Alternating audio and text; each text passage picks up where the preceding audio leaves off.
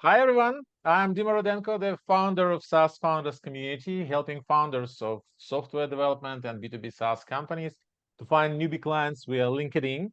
And today we're together with Paris Childress. Hi, Paris. Hi, nice to be here, Dmytro. Thanks for the invite.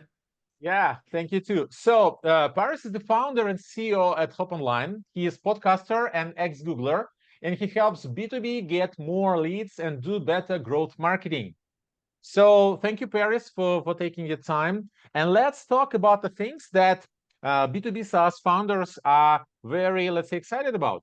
So what's on your perspective? We see that the market is changing, right?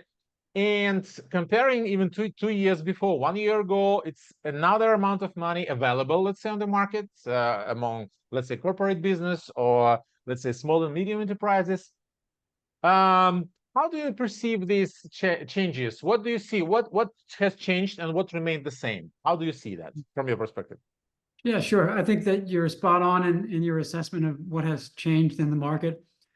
Generally speaking, if we look at the last few years, SaaS businesses had a huge boom during COVID, and there was a really massive demand for a lot of the products and services offered by SaaS companies. As a result of that, in combination with low interest rates, money was very, very freely available. Valuations were very high, and there was a very, very strong imperative for growth. So there was just tons of money flowing in, a lot of money getting allocated for marketing. We benefited as a SaaS marketing agency. We benefited from that, and for the most part, that party has ended for SaaS, B2B SaaS in particular, post-COVID, because of a combination of things. The demand for digital services did slow down after COVID, and I think even the largest tech companies like Google and Facebook and others, they also were a bit surprised by that and even had some layoffs of their own. Also, interest rates are higher and the monetary policy is getting tighter. VC money isn't flowing as freely. And the result of that is there's now much more of a focus on efficiency for marketing as opposed to pure growth for growth's sake. And that's what has changed. But what hasn't changed is still the very high expectations for growth with less money and less resources. And that is the big challenge that we see from a lot of our SaaS clients currently, is that there's still that pressure for growth, but with less resources, lower budgets. Okay. So I absolutely agree with you that, let's say, the estimations, the expectations are high. The, let's say, capacities are lower. But to be, let's say, on board, to be on the market, we need to deliver some up-to-date solutions. And let's say we need to prove that we are the experts and we are delivering what we promised. So I saw that you're doing a lot of stuff, like you're doing SEO, pay-per-click advertising, etc. Let's say, what tools from your perspective are, let's say, they keep on giving the same efficiency as before, or it's at least they are not lowering, let's say, the results? What are, let's say, the best tools, the best audiences, and where are the clients and the money and how to get them? That's the general question. Yeah. I'll discuss two channels that probably most of the listeners are investing in. Those are Google Ads, primarily Google Ads, paid search, and the second would be SEO. These are two channels that I still believe can deliver very positive return on ad spend or return on investment with the right strategy and the right execution. That hasn't really changed in a long time. Now, of course, there's a lot of nuance in when you get into what particular industry or competitive landscape or niche that you're in. But overall, Google Ads is still a phenomenal growth channel, starting with paid search. And the reason, of course, is that you are getting in front of people with high intent who are ready to buy, and they're signaling that intent by searching in Google. So I think that the best strategy for Google Ads, and the one that we try to employ with our SaaS clients, is an approach called value-based bidding. So SaaS companies have this unique revenue model, which is mostly based on monthly subscription-based payments, either monthly or sometimes quarterly or annual, but you have recurring revenue. And when you acquire a customer, typically you have the future revenue for that customer is out there over several months or maybe years, and you try to understand over time what is the lifetime value of those new customers. That's always a good idea to be tracking lifetime value. But the biggest challenge is, what can you afford to pay to acquire that customer who has some sort of projected lifetime value of X over the next 1 year or 2 years or 3 years? And value-based bidding in Google Ads allows you to import from your CRM the forecasted revenue, the forecasted lifetime value of a new customer. And by giving that information to Google, you allow Google to optimize the clicks and the conversions for that sales pipeline and for maximizing the lifetime value. So there's a bidding method that's called target ROAS, target return on ad spend. And ideally, what you really should be doing is trying to calculate either the annual contract value, the revenue value, or ideally the lifetime value right at the point of acquisition of a new customer, and then send that via offline conversion import back to Google, and allow Google to bid on a target return on ad spend. So let's say hypothetically that your either your ACV, annual contract value, or lifetime value may be, let's say it's $1,000 at the point of customer acquisition. And you're willing to have, well, ideally you want to have a 3-to-1 return on ad spend, a 3x. So that means that you want to acquire that $1,000 customer for $333. So target return on ad spend would train Google using your data from your CRM to acquire those customers at that price. Now that price might be dynamic. So as that price goes up and down, or that value goes up and down, Google would adjust accordingly to try to lock in that 3-to-1 LTV to CAC ratio.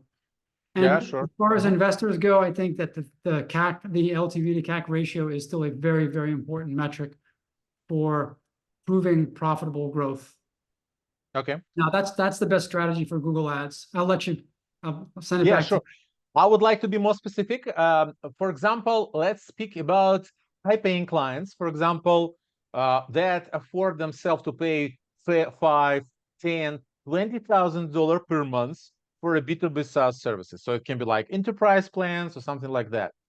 Do you have specific tricks? Because there are not numerous. There are let's say the sweetest the sweetest clients on the market, because there are not a lot of them, but each of them are very valuable because they can pay a lot.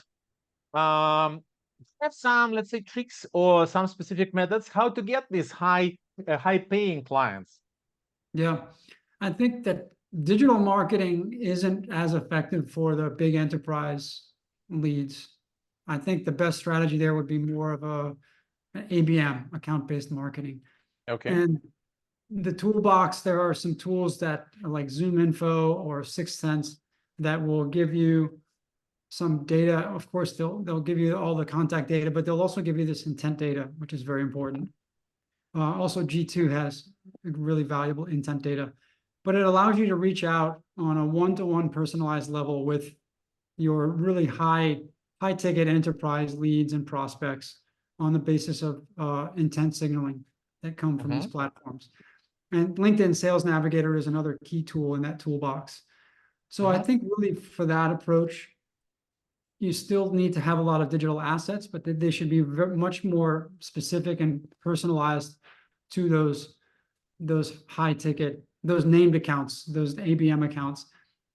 And it's really a lot about monitoring their activity, let's say primarily on LinkedIn, connecting with them, engaging with them, liking and commenting on their posts, and then watching for intent signals and trying to react accordingly.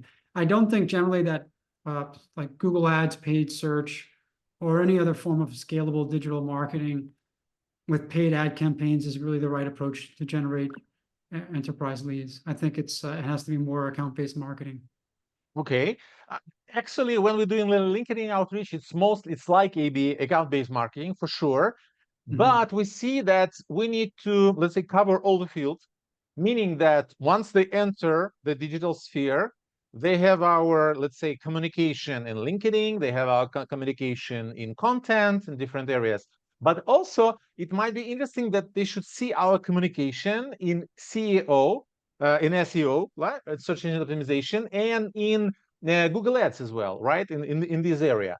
How to combine it all together to make it, let's say, to work it as one. Well, by including certain named accounts in your ABM strategy, you do not exclude them from your digital marketing campaigns, which Mhm. means that still, if you have a big whale prospect and they go and do a search on Google and that triggers your ad, that's totally fine. The same with LinkedIn. If they see if they're part of a broader LinkedIn ad campaign, that's great. That can provide great air cover, so to speak, for your ABM efforts.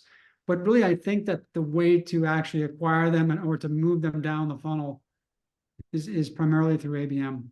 ABM. Okay, okay. Yeah, I got it. So basically, in my case, we are using for ourselves about 16 lead generation channels. And one of them, of course, it's like working on LinkedIn, LinkedIn content, LinkedIn paid ads, and of course, Google paid ads and search engine optimization as well. Right. And what I see that, sometimes it works like a sequence. So they saw you at the webinar, then they connect with you on LinkedIn. And then when they are becoming more mature regarding your service or my service, whatever, they Mhm. see us in Google Ads and they say, yeah, now it's time to connect. Now it's time Yeah. to book an appointment. So I see it's like one of the parts of the sequence to be covered. And maybe you have some suggestions because from our case, we see that for Google Ads, it's fine. The more we pay, the more we get. It's absolutely automatic, and it's like we see a good proportion of that. For other channels, for LinkedIn, it's the same, but for other, it can be different. But what's the right, let's say, ratio for the Google Ads in that case? Because I saw that many people say, okay, if we're speaking about US market, the cost per click is absolutely huge if we're speaking about top corporation, top banks, and especially some specific industries. And they need to invest a lot, let's say, just to be present on the first page on the search results. What approach can you offer here? How to be present and not to pay a ton of money on that? Mhm. I think that LinkedIn still offers a pretty good opportunity for organic reach without needing to invest a huge budget in LinkedIn ads. And that's partially why I would strongly recommend also using LinkedIn Sales Navigator. I think it's around $200 per month. But because LinkedIn is still relatively generous with organic reach, you can connect with people, you can build a following, and you can have pretty good access and reach to that following with your posts. So LinkedIn is the one channel where I believe you can still accomplish a lot without a huge budget. I think the second channel would be YouTube. It's a great idea to invest in video content, whether that be through webinars, podcasts, or other forms of video. We see now that short form video in particular performs especially well. And if you optimize those videos well for YouTube SEO, you can get some pretty good reach that way. And if you want to boost things with ads with a small ad budget, you get a lot of bang for your buck on YouTube because you can pay on a per view basis, which is still relatively cheap considering the impact that you have. And with LinkedIn also, I would suggest having a small budget even for thought leadership ads. So you can boost if you're, let's say, particularly for the SaaS CEOs and founders, it's very important to be out there with your personal brand on LinkedIn. And I would suggest, in addition, to try to build a following to use thought leadership ads to put small budgets but impactful push behind some of your top posts. So, okay, I get it. So you mean we should talk, let's say, our clients and let's say our audience, let's say the founders of software development and B2B SaaS, they should look careful on LinkedIn, on YouTube, and start small and let's say promote their business step by step. Okay, good. if we speak about, let's say, your services, how do you charge your client? Because I know that pay-per-click companies, the agencies cooperate, they usually charge, let's say, a percentage of the budget, starting from certain, let's say, amount. What's your point of view? How do you, let's say, how do you charge your clients? Yeah, that's what we do. We charge a percentage of the ad spend, and there's a minimum. If it's very small, there's a minimum level, but mostly it's somewhere around between 10 to 12%, depending on the size of budget. Okay, okay. Okay, so you operate with the companies and you tell them, okay, if you are paying less than 10,000, we are not working because it's not effective for you to start to launch, let's say, the campaign. Maybe, and maybe what's your level, let's say, of the average spend when you start working with the clients? We do recommend at least 10,000 in media spend per month to be effective. In most Okay. SaaS categories, particularly the ones that are mature and very competitive, the cost per clicks are pretty high, and you really need to have a healthy budget in order even just to generate the amount of data that's required to fully leverage Google's AI and automation, particularly automated bidding. Okay. Below those levels, you're playing more of a manual game. If you're only investing maybe a few thousand in ad spend, you're probably going to need to do manual bidding, and you're not really going to be able to take advantage. You're not going to be you won't be able to leverage Google's AI and automation as much with a smaller amount of data. That puts you at a disadvantage that it's very hard to overcome. So we generally recommend starting at least at 10,000 per month in ad spend. Okay, and I thought that we are, and you and me, we are almost at the same situation because we are working with B2B. We are, and our clients, because we are working with B2B. We are working on subscription packages, which is closer to B2B SaaS because it means regular payments, right? And we are aiming to work with, say, with the biggest budgets on the market, or with the longest, let's say, and to create trustful long relations. What do you personally do to attract big, high-paying clients? Well, personally, I try to be pretty active on LinkedIn. I do a podcast, and that's a big part of our marketing efforts. We do rely on referrals from current, existing, and past clients. Those are always a good source of leads. And we do have some outbound activities as well. So we do send emails, and we do a combination of cold email and LinkedIn outreach to try to get in front of target audiences. So it is a combination of inbound, which is driven by content marketing, outbound, which is mostly cold email based, and then referrals from clients in our network. If we speak about, let's say, a paid search, it's more scalable to a certain level. That's okay. But for the referrals, the leads that comes from referrals, they're really good. They're really warm. They share, let's say, the trust. They are able to pay more, but there is less amount, and it's hard to scale the referrals. Do you have certain, let's say, approaches how to scale the referrals? I think that they're inherently not scalable, but there's some things that you can do to get more referrals. I mean, one thing is just simply to ask the clients and former clients. A lot of people don't even do that.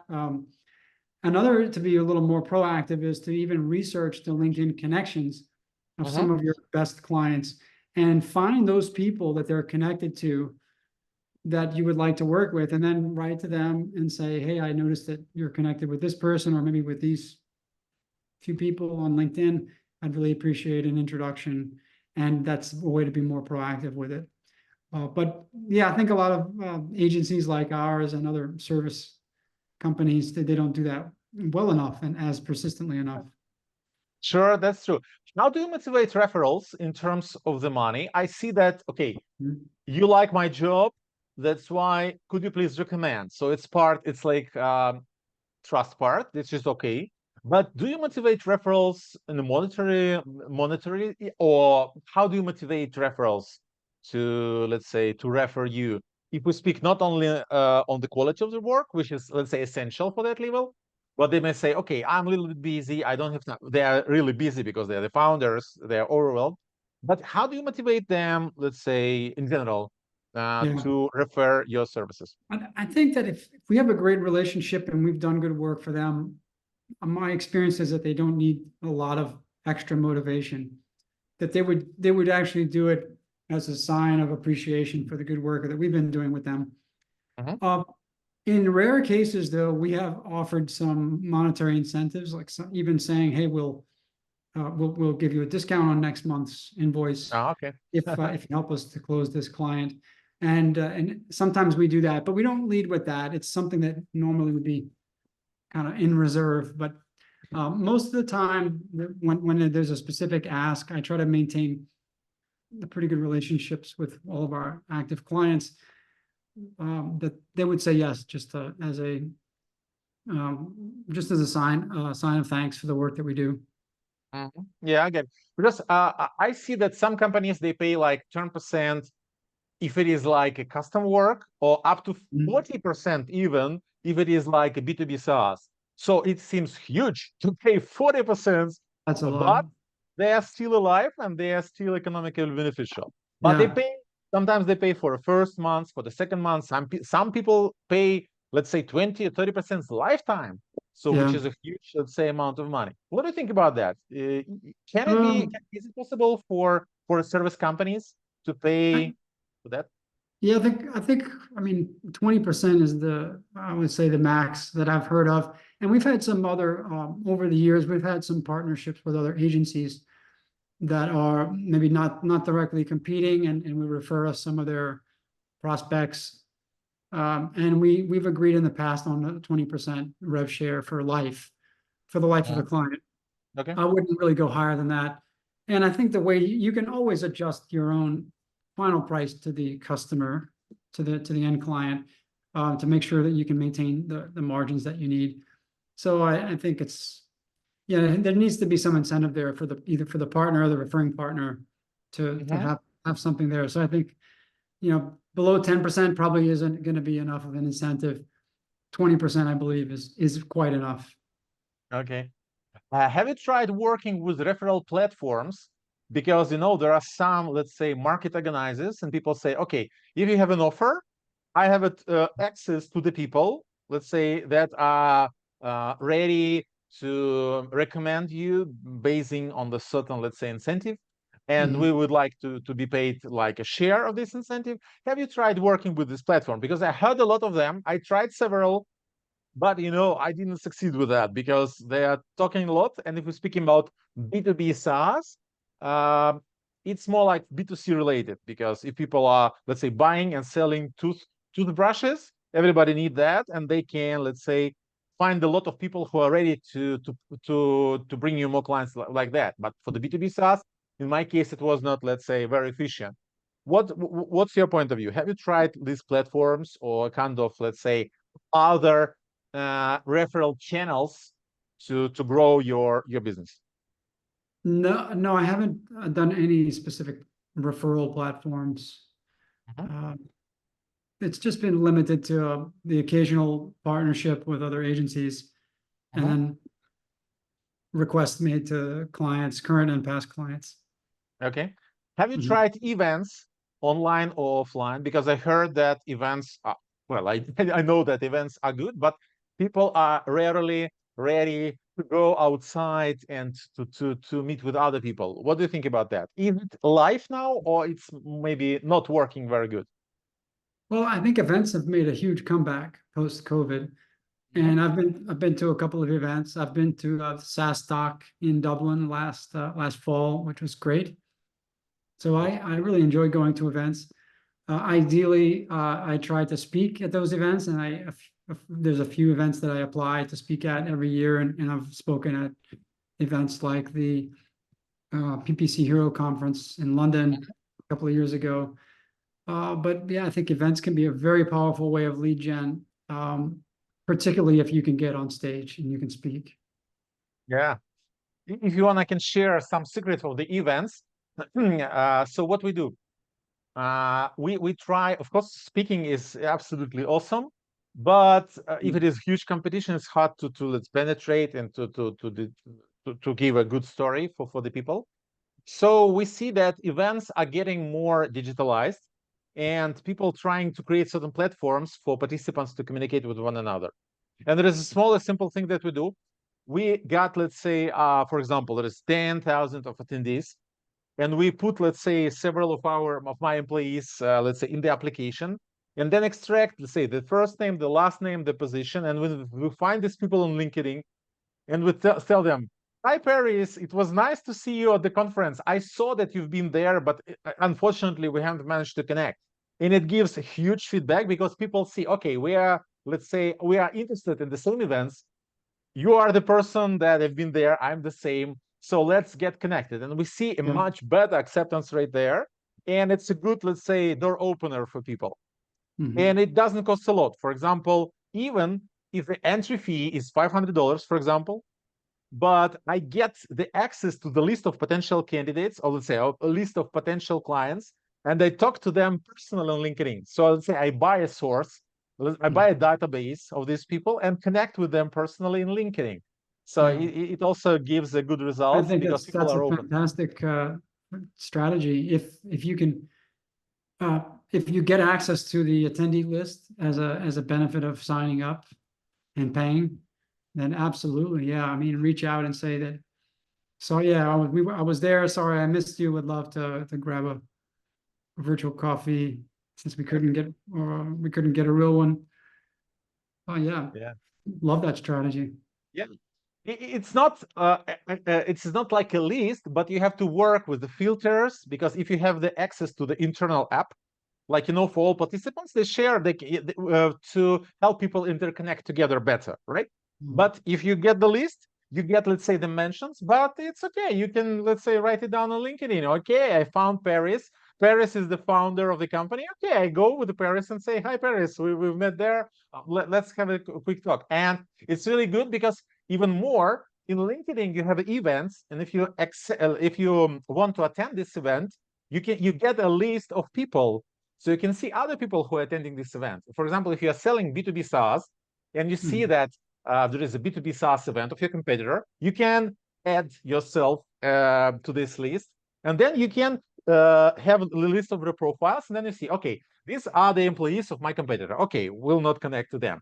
But these are, let's say, our competitors. Then we're not interested. But these people who are the founders of some specific companies, they are interested in this event. And it's also a good intent to show, because if they are interested and they are the appropriate level, why do they come to see this B2B SaaS event? Maybe they are interested in something, or it can be B2B marketing event, etc. And if you connect with them basing on the same stuff, it's also good, give a good insights. Okay, I saw that you've been there. Okay, what's your point of view? Do you like it? I know what works, what not. So there are a lot of good points how to use this stuff. So I think that connecting all the dots together and making, let's say, a sphere around our potential clients can give a good results. Yeah. Okay, so I was pleased to meet with you. I see that you get a lot of interesting points. So guys, if you are interested in advice from Paris, please, there will be contacts of Paris below this video. Please contact Paris because he knows a lot. He works still since 2009, if I'm not mistaken. So he got a very huge experience in working with the B2B SaaS. So ask him for his expertise and get his advice to see how you can work together and how can you get the best results out of it, right? Yes. Thanks very much, Dmytro. Thank you, Paris. I hope that, let's say, the market situation will change after the US elections, because it will be more sure, and let's say it will be more stable. I hope so. And let's say the people will stop holding the money and will keep on investing more in business, and that's why it will be a good point for us to work on and to help our clients grow faster. I hope so too. I think there's a bright future. Absolutely. Times are going to get better for sure. For the people who love their work, who are concentrated, and who give real results to the clients, there is no other way to work to avoid success. Okay. So thank you, Paris. So guys, you know, there's a description. Contact Paris and ask about SEO and pay-per-click advertising. Thank you, Paris. Thanks very much, Dmytro. Have a great one. Yeah, thank you.